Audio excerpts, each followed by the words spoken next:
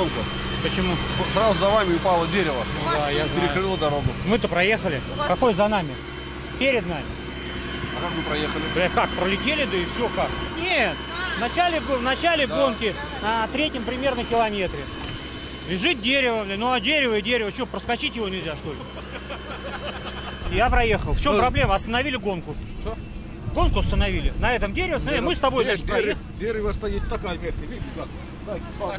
Ну, вот такое макушка, ты по макушке. Пополам. Ну, я думаю, По центру? сломал. Нет, Не сломал ты, не сломал. Ну, я как едешь, я видел Ты не направо, сломал. да. Чуть правее, Да, чуть направо, правее. да. Ну да, и я так. Ну, бах-бах. Там на трассе еще два лежало. Да, да. Ну, поменьше, правда. Так, хороший лес ралли. Лучше, трактор.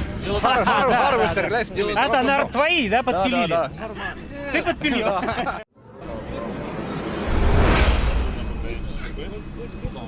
Из-за такой погоды, из-за того, что большой ветер, нас сразу же после старта, там на третьем километре, за такой длинный левый поворот, мы оттуда выскакиваем, посередине дороги лежит дерево.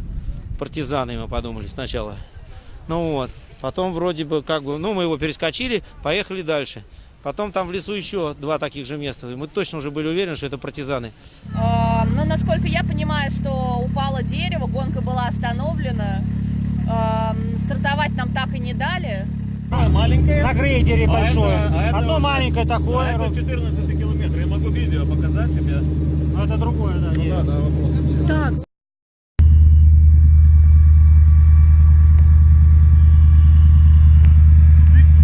No, too big to move, for sure.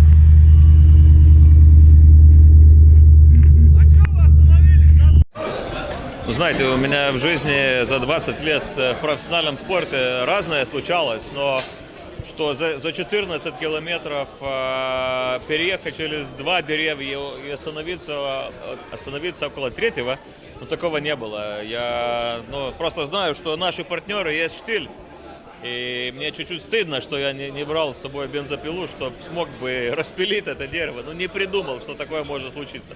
Оказывается, бывает.